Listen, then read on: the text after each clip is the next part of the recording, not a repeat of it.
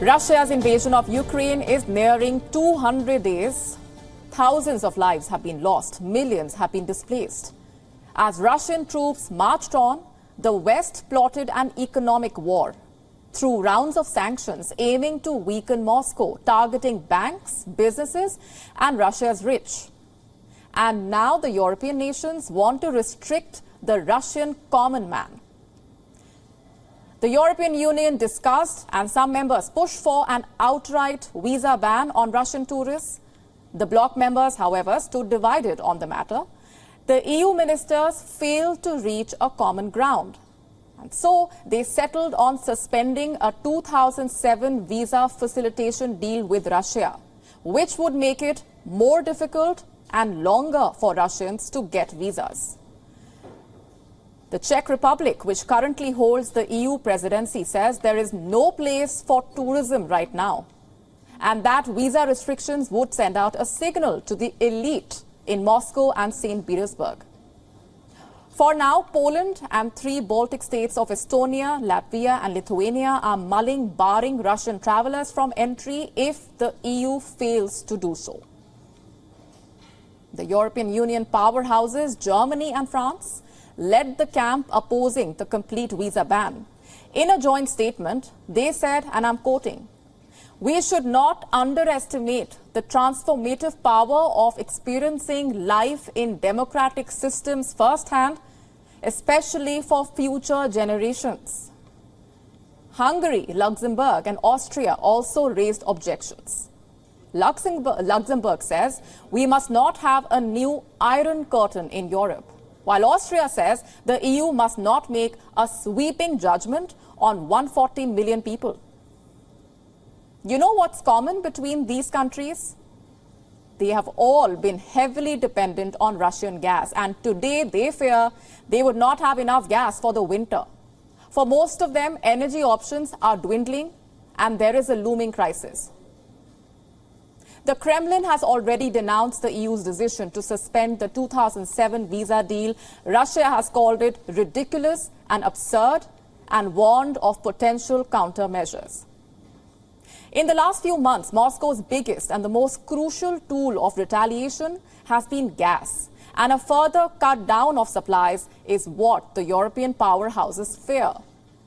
The Russian state-owned Gazprom has already halted supplies through the Nord Stream 1 pipeline for 3 days. The pipeline was shut down for 10 days in July as well and has been operating at just 20% capacity. European leaders fear Russia could extend the outage in an attempt to drive up the gas prices, which have already risen sharply in the past year. The steep rise in gas prices threatens to extend the current cost of living crisis in several European nations over to the winter months. And this could force the governments to spend billions to ease the burden. In Russia, when protesters in Moscow, St. Petersburg and other Russian cities chanted "No to war," they were quickly shut down. Large-scale protests fizzled out within just the first few weeks of the war.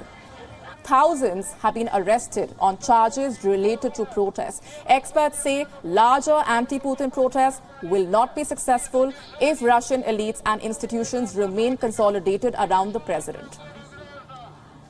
And now the West is aiming to pass on the burden to the ordinary Russians, leaving the common man stuck between a rock and a hard place. But can cutting off Russian tourists or hitting the common man help the West force the Kremlin's hand and make Vladimir Putin withdraw his forces from Ukraine? Well, for now, many say it is important for the West to distinguish between those who are to blame for the war and those who are caught in a war that is not of their making.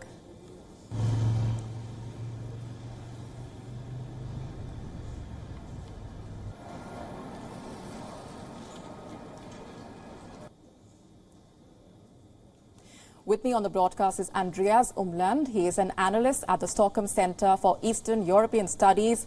Andreas, good to have you on the broadcast with us. Why has the EU stopped short of a total visa ban on Russian tourists? Within the EU, there were different opinions on that.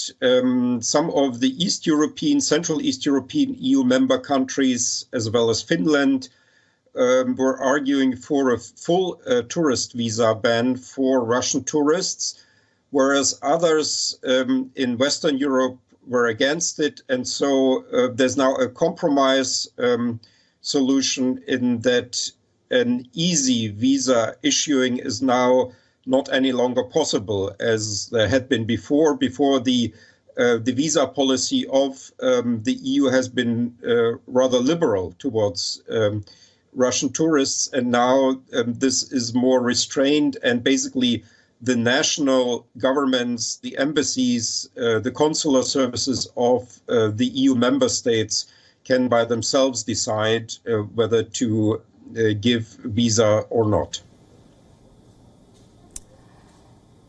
Does this not mean that the divide within the European Union once again comes to the fore?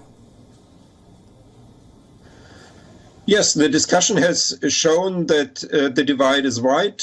Most of the Central East European EU member countries have been arguing that there should be such a tourist visa ban. They are explicitly excluding humanitarian visas. For people who have relatives and need to see them, or who want to leave Russia for political reasons. So this is excluded, but they want to limit the traveling of Russian tourists. And in Western Europe, there are a number of countries that, on the contrary, think that these tourists, these touristic trips of Russians are good for Western Russian relations, because Russian citizens then can see the European Union, the European countries, and so they have been arguing against it, and that's why we now have this compromise solution.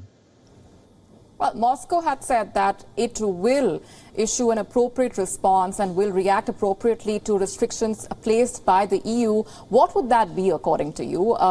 Will Russia hit back harder with more gas supply cuts?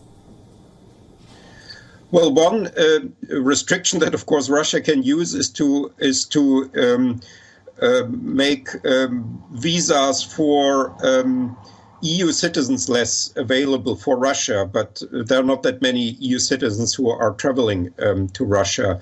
Concerning gas supply, this is, of course, already for several months in the discussion, and is not a recent debate, and Russia has already cut its supply of gas to the European Union. However, this is also a tricky strategy for Russia, because it's not only that the European Union so far is dependent on Russia, but also Gazprom, the largest Russian gas company, is dependent on the EU market because Gazprom does not have the infrastructure to transport large volumes of gas to other regions of the world, like, for instance, to India. It does, or of course, already transport gas to other regions of the world, but not the large amounts that have been until recently going through the pipelines from Siberia to